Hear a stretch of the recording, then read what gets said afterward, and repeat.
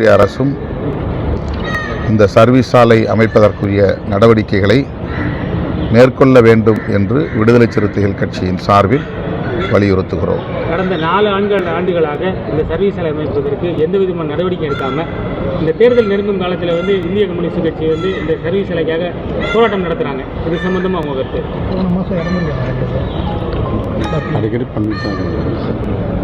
அடுத்தடுத்து போராட்டங்கள் நடைபெற்று கொண்டிருக்கின்றன.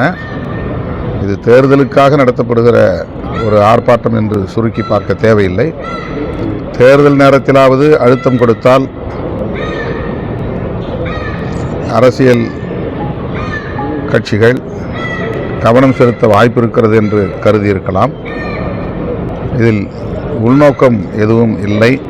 பொது நோக்கத்தின் அடிப்படையில் அனைத்து தரப்பாரும் முன்வைக்கிற கோரிக்கை. எனவே மத்திய மாநில அரசுகள் இதில் மெத்தனம் காட்டாமல் உரிய நடவடிக்கை மேற்கொள்ள வேண்டும். திருச்சிராப்பள்ளி ஒட்டுமொத்த தமிழகத்தின் மையப்பகுதியாக இருக்கிறது. 4 புறமும் இருந்தும் சாலைகள் இணையக்கூடிய ஒரு சந்திப்பாக இருக்கிறது. அதிலும் குறிப்பாக இந்த சாலை போக்குவரத்து நெரிசலுக்கு இடமளிக்கக்கூடிய வகையில் இருப்பதனால் சர்வீஸ் சாலை அமைக்க வேண்டியது மிக மிக இன்றியமையாத தேவையாக இருக்கிறது. எனவே அரசின் கவனத்தை ஈர்ப்பதற்கு இந்த போராட்டம் என்று நான் கருதுகிறேன். மாநிலங்களவை தேர்தல் இப்போ அறிவிச்சிருக்காங்க. 4 பேர் திமுக சார்பாக போட்டிக்கு சொல்லியிருக்காங்க. ஒருவேளை காங்கிரஸ் கூட்டணியில் இல்லை என்றால் எப்படி இருக்கும்? விடுதலை சிறுத்தைகள் எதுவும் ராஜ்யசபா எம்பி எதுவும் கேட்குறீங்களா?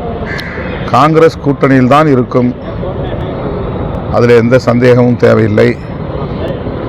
திரு வேணுகோபால் அவர்கள் கூட நேற்று செய்தியாளர்களை சந்திக்கிற போது காங்கிரஸ் திமுக கூட்டணியில் தான் உள்ளது, அதில் குழப்பமில்லை என்ற கருத்தை அழுத்தமாக கூறியிருக்கிறார். ஆகவே திமுக கூட்டணி கட்டுக்கோப்பாகவே இருக்கிறது, கட்டுக்கோப்பாகவே இருந்து தேர்தலை சந்திக்கும். மது ஒழிப்பு மாநாடு நீங்களும் வைகோ அவர்களும் 2 பேர் போராட்டம் நடத்துறீங்க. அதுக்கு எந்த விதமான நடவடிக்கையும் இருக்கு மேற்கொள்ளப்படல ஆளுங்கட்சி சார்பில். அது சம்பந்தமாக அவங்க கருத்து என்ன? இன்னைக்கு இது சம்பந்தமாக வேறு ஏதாவது போராட்டங்கள் நடத்துவதற்கான வாய்ப்புகள் இருக்கா விடுதலை சிறுத்தைகள் கட்சி சார்பாக? மது மற்றும் போதைப்பொருள் ஒழிப்பு என்பது ஒரு குறிப்பிட்ட கட்சிக்கான கோரிக்கை அல்ல, ஒட்டுமொத்தமான மக்களின் கோரிக்கை. இந்தியா முழுவதும் போதைப்பொருள் புழக்கம் அதிகரித்திருக்கிறது. புள்ளி விவரங்கள் அந்த உண்மையை வெளிப்படுத்துகின்றன. தமிழ்நாட்டில் மதுக்கடைகளை அடுத்தடுத்து படிப்படியாக குறைத்து மூட வேண்டும், இறுதியாக அதை மூட வேண்டும் என்கிற கோரிக்கை நாங்கள் மாநாட்டிலே வலியுறுத்தி இருக்கிறோம். அந்த நிலைப்பாட்டில் இன்னும் அதே நிலைப்பாட்டில் தான் இருக்கிறோம். அது தொடர்பாக எந்த முன்னேற்றமும் இல்லை என்பது கவலையளிக்கிறது. மறுபடியும் நான் ஆளும் கட்சியான திராவிட முன்னேற்றக் கழகத்திற்கு இந்த கோரிக்கையை நினைவூட்டுகிறேன். இளைய தலைமுறையினரை பாதுகாக்க வேண்டும், தமிழ் சமூகத்தை பாதுகாக்க வேண்டும். எனவே மது மற்றும் போதைப்பொருள் புழக்கத்தை கட்டுப்படுத்துவதற்கும் முற்றாக ஒழிப்பதற்கும் தீவிரமான நடவடிக்கைகளை மேற்கொள்வதற்கு அரசு முன்வர வேண்டும். திமுகவும் தனது தேர்தல் அறிக்கையிலே இதை அறிவிக்க வேண்டும் என்று வேண்டுகோள் விடுக்கிறேன். 1.41 லட்சம் கோடி ஒதுக்கீடு பண்ணியிருக்காங்க. ஆனால் தமிழகத்தில் தான் ரீபேமெண்ட் கடன் வாங்கின செலுத்தாத அதிகம் உள்ளது தமிழ்நாடு தான். மகளிர் சுயதொழிலுக்கு கடன் வாங்கிட்டு திருப்பி செலுத்தாத முதல் மாநிலம் தமிழ்நாடு தான். ஆனால் இப்போ 1.46 ரூபா மகளிர் சுயதொழிலுக்கு ஒதுக்கிட்டாங்க. மகளிர் சுயதொழிலுக்கு அது மகளிர் உரிமை தொகையை சொல்கிறீங்களா? இல்லை மகளிர் கிராம வாரியா மகளிர் சுயதொழிலுக்கு 1.41 லட்சம் ஒதுக்கீடு பண்ணாங்க. ஆனால் 1,41,00,000 கோடி. சரி. ஆனால் திருப்பி தமிழகம் தான், இந்தியாவிலே தமிழகம் தான் இந்த மாதிரி மகளிர் சுயதொழில் ரீபேமெண்ட்டே இல்லை அப்படிங்கிற மாதிரி சொல்கிறாங்க. செலுத்தாத மண்ணில் முதலிடங்கிறாங்க. அது கொடுக்க வேண்டாம்னு சொல்கிறீங்களா? கொடுக்க வேணாம்னு சொல்ல, கொடுத்த ரைட்டு தான், மக்கள் கட்டலங்கிறாரு. வாங்கினதில்ல, கொடுத்தா வாங்கினது. கொடுத்த பணமே திருப்பி வரல, அப்புறம் திருப்பி 1,46,000 கோடி கொடுக்கறதுக்காக வேண்டி பிளான் பண்ணியிருக்கிறீங்க. பழைய அமௌண்ட்டே வரல, புது அமௌண்ட் ஏன் வரல?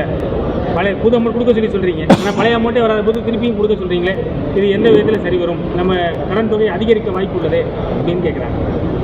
பொதுமக்களுடைய கேள்வி அது, ஆமாம், நீங்கள் கேட்குறீங்களா? பொதுமக்களுக்கு சார்பாக பொதுமக்கள் மேலும் கடன் தானே கேட்பாங்க.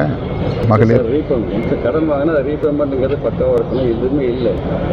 ரீபேமெண்ட்டே இல்லாதப்ப திருப்பி கடன் கொடுக்குறதே இதுக்காக இல்லை, கடன் வாங்குவங்க மகளிர் சுய உதவி குழு தானே. இப்போ அவங்க வேண்டான்னு சொல்கிறாங்களா நீங்கள் கேட்குற அப்படிங்கிறத? சார் அவங்களுக்கு கொடுக்குறாங்க, அது நல்லது தானே. இப்போ அவங்க கடன் கொடுக்குறாங்க, வாங்கின அவங்களுக்கு அது தேவை இருக்குது, அவங்க வாங்குறாங்க. இப்போ நீங்கள் என்ன சொல்ல வரீங்க? அந்த மகளிருக்கு பழைய அமௌண்ட்டே கொடுக்காத போது திருப்பி கொடுக்குறீங்களே, அது எந்த விதத்தில் திரும்பி அடுத்தவங்க மேலே தான் நிற்கும். இல்லை, அதை பற்றி அரசு தானே கவலைப்படணும். நீங்கள் ஏன் கவலைப்படுறீங்க? கடன் தொகை அதிகரிச்சு போகும்போது நம்மளுடைய வரி எல்லாம் தானே சார் ஏறுது, அதனால தான் கவலைப்படுறோம். இல்லை மகளிர் இது தேவை இருக்கிறதுனால கடன் வாங்குறாங்க, அரசு அது உதவி செய்கிறாங்க. அது நம்ம கடனை அடைக்காம திருப்பி அடுத்த கடன் கொடுக்குறேன்னு சொல்றீங்களே, அது எந்த விதத்தில் சரின்னு கேட்குறாங்க. யார் கேட்கறது? மகளிர் சுய உதவி கேட்குறாங்களா? பொதுமக்கள் சுய உதவி குழுல பணம் வாங்காத பொதுமக்கள் கேட்குறாங்க. அப்படி சொல்லுங்க. எப்படியா இருந்தாலும் மகளிரை மேம்படுத்த வேண்டும் அப்படிங்கிறதுக்கு தான் மகளிர் சுய உதவி குழுக்கள் உருவாக்கப்பட்டிருக்கின்றன. அவர்கள் திருப்பி செலுத்தாவிட்டாலும் கூட அவர்களுக்கு மேலும் தேவைப்படுவதை உணர்ந்து அரசு இந்த உதவியை செய்கிறது. இது நல்லெண்ணத்தின் அடிப்படையில் தான் செய்கிறது. திரும்ப பெறுவதற்கு அரசு உரிய நடவடிக்கை எடுக்கும். பெரிய பெரிய விஜயமல்லையா போன்ற பெரிய பெரிய தொழிலதிபர்களுக்கு, கார்ப்பரேட் நிறுவனங்களுக்கு பல்லாயிரம் கோடி நிதியை கொடுத்து அதை தள்ளுபடி செய்திருக்கிறது இந்திய அரசு. அவர்கள் எல்லாம் நாட்டை விட்டு வெளியேறி இருக்கிறார்கள். பல லட்சம் கோடி வங்கிகளுக்கு அவர்கள் திருப்பி செலுத்த வேண்டியிருக்கிறது. அதை பற்றியெல்லாம் இந்த நாடு கவலைப்படவில்லை. மகளிர் சுய உதவி குழுவுக்கு தருகிற இந்த பணத்தால் நாடு என்ன பெரிய நட்டத்தை சந்தித்து விட போகிறது என்று நான் கருதுகிறேன். திமுக கூட்டணியில நிபந்தனையற்ற ஆதரவுன்னு சொல்லி வைகோ சொல்லியிருக்காரு. நீங்க எப்படி கூட்டணி நிபந்தனையற்ற ஆதரவா இல்லை? இந்த கேள்விக்கே இடமில்லை. நாங்கள் ஒரு கூட்டணியை உருவாக்குவதிலும் அந்த கூட்டணியை பாதுகாப்பதிலும் அக்கறையோடு இருக்கிறோம். ஆகவே அந்த கூட்டணி